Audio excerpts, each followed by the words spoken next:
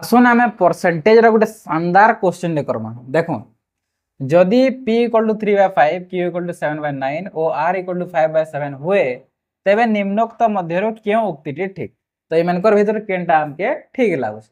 देखो इने 3/5 दिया है काना दिया है 3/5 1/5 इक्वल टू काना है 20% है। तो 3/5 इक्वल टू केते हबा भाभी देखुन तो 20 30 60 तो 60% हे यूज 7/9 1/9 एसी 11 1/9% एसी इटा आपण माने जानबार कथा। तो इने कणा 7/9 अच्छे तो 11 सता 77 7/9% हे जिबा। एंता देखुन 5/7 अच्छे 1/7 केते एसी 14 2/7% एसी 14 2/7% हे एसी। तो इटा के हमके 5/7 करवा अच्छे तो कणा इथिने का कहे 14 14 50 70 हे जिबा आउ तापरे 5 दुने 10 बले ने 71 3/7% हे जिबा।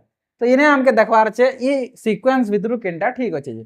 तो सबकनु छोड़ के 60% बले 60% वाला वाल p तानु टिके कर बड़ इटा पहला p आसबा तानु टिके बड़ हे जिबा कि इटा लास्टटा r आ तानु बड़ हे जिबा q। तो पहला p r q p r q केना अछि p r q। तो हमर आंसर हे जिबा काना c।